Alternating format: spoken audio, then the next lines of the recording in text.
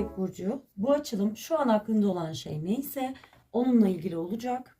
Ve birazdan göreceğin şey senin bile kabul etmek istemediğin bir gerçeği açığa çıkaracak. Hazırsan hemen ilk kartı seçmek istiyorum. Haydi bakalım. İlk kartın kupa yedilisiyle geliyor. Zihnin çok dağılmış sevgili Akrep. Ve kalbin de dağılmış. Gerçek ile hayal birbirine karışmış. Sen bir konuda net değilsin. Ya da biri sana net değil. Birden fazla ihtimal var gibi görünüyor ama aslında bu bir güç değil, karmaşa. Bu kart sana şunu anlatıyor sevgili Akrep. Kişi bir şeye bakar ama başka bir şey hayal eder. Ve şu an tam olarak bunun içindesin.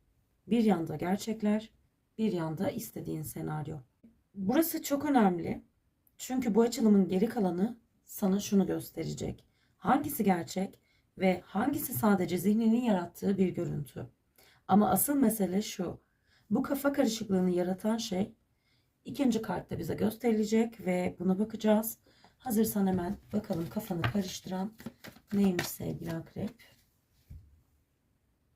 Bir diğer kartın Kılıç Prensi ile geliyor. Aslında tablo şimdi netleşmeye başlıyor. Bir önceki kartta Kupa yedilisi sana kafa karışıklığı, seçenekler, hayal ve gerçek karışımını gösteriyordu. Ama bu kart bu karmaşanın içinde zihnin hareketi var diyor. Aynı zamanda bu kart geldiği zaman hızlı düşünmeyi, ani kararları ve keskin sözleri temsil ediyor. Yani sevgili Akrep, ya sen bir şeyleri hızlı çözmeye çalışıyorsun ya da biri sana karşı net ama sert bir iletişim kuruyor olabilir. Ama burada önemli bir şey var. Bu enerji sabırlı bir enerji değil. Bir mesaj var, bir konuşma var ya da yarım kalmış bir cümle. Ve bu cümle tamamlanmak istiyor. Eğer aklında biri varsa bu kişi sessiz değil. Sadece düşüncelerini kontrol etmeye çalışıyor. Ve bazen en tehlikeli şey aslında budur. Söylenmeyen ama düşünülen şeyler de diyebiliriz. Şimdi soru şu.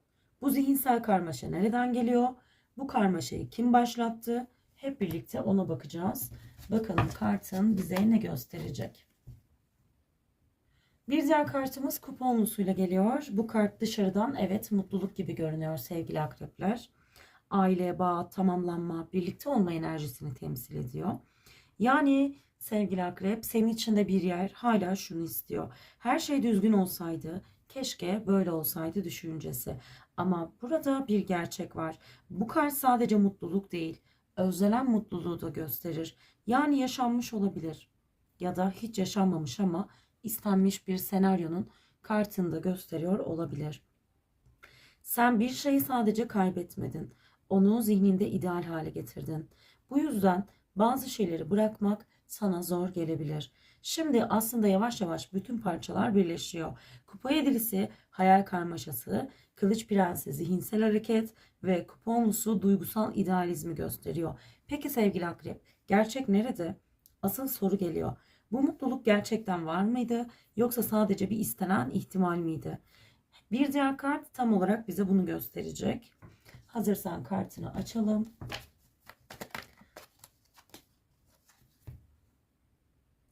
Burada duygusal olarak bir kapanmanın eşiğinde olduğunu söyleyebilirim. Ama buranın ilginç konusu şu. Bu kapanma dış dünyayla değil, iç dünyanda yaşanıyor olarak görünüyor. Sen bir noktada şunu yapmış olabilirsin. Duyguların var ama ifaden yok. İstek var ama hareket yok. Bağ var ama temas yok. Ve bu kartın en sert tarafı şu sevgili akrep. Kişi önüne gelen fırsatı göremez. Çünkü zihni geçmişe takılı kalmıştır. Yani tam olarak şunu söylemek istiyorum. Mesele dışarıda değil, aslında içeride. Peki bu içe kapanma neden oldu? Ne oldu da bu kadar içine çekildin sevgili akrep? Haydi bakalım. Kartın kendine attı bile. Kupa şövalyesi. Bu kart duygusal bir yaklaşmayı temsil eder. Bir mesaj, bir teklif, bir geri dönüş ihtimali ya da yarım kalmış bir duygunun tekrar harekete geçmesi. Önce içe kapanma durumun vardı, sonra zihinsel karmaşanı gördük, sonra özlenen bir bağ ve şimdi duygusal bir hamle geliyor. Ama bu kartın en önemli tarafı şu, bu enerji her zaman net değildir. Yani gelen şey gerçek bir adım mı yoksa sadece duygusal bir dalgalanma mı? Bunu ayırmak gerçekten zor. Eğer aklında biri varsa bu kişi tamamen kopmuş değil. Duygusal olarak hala bir bağ var ama bu bağ stabil değil. Gelip giden bir enerji. Ve bu bizi çok kritik bir soruya getiriyor. Eğer bu kişiden bir adım gelirse kalıcı mı olacak ya da sadece duygusal anlık bir hareket mi, ona bakacağız. Buna da gelecek olan bir sonraki kartın karar verecek sevgili akrep. Haydi bakalım. Ve bir sonraki kartın değnek kralıyla geliyor. Şimdi hikaye burada tamamen yönünü değiştiriyor sevgili akrep. Bu kart netliktir, irade, kontrol ve güçlü duruş enerjisidir. Artık ortada kararsız bir ruh hali yok. Bir taraf ne istediğini biliyor. Burada zincir tamamlanıyor. Evet, kafa karışıklığı var, zihinsel hareket var, içe kapanma, özlenen bağ, duygusal yaklaşım ve kontrolü ele alma var. Yani şunu söylemek istiyorum. Bu hikaye artık duygudan çıkıp karar verme noktasına geldi sevgili akrep. Artık bekleme dönemi bitiyor. Bir kişi ya da sen kontrolü eline alıyor. Ama burada önemli bir şey var. Güç her zaman çözüm değildir. Bazen güç duyguları bastırmak için de kullanılır. Ve şimdi şunu size sormak istiyorum.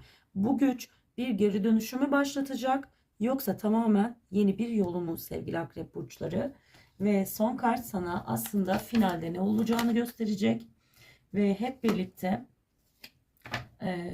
kartları birbirine bağlayıp kapanışa gideceğiz. Sonuna kadar izle. Çünkü orada ne demek istediğimi tam olarak anlayacaksın.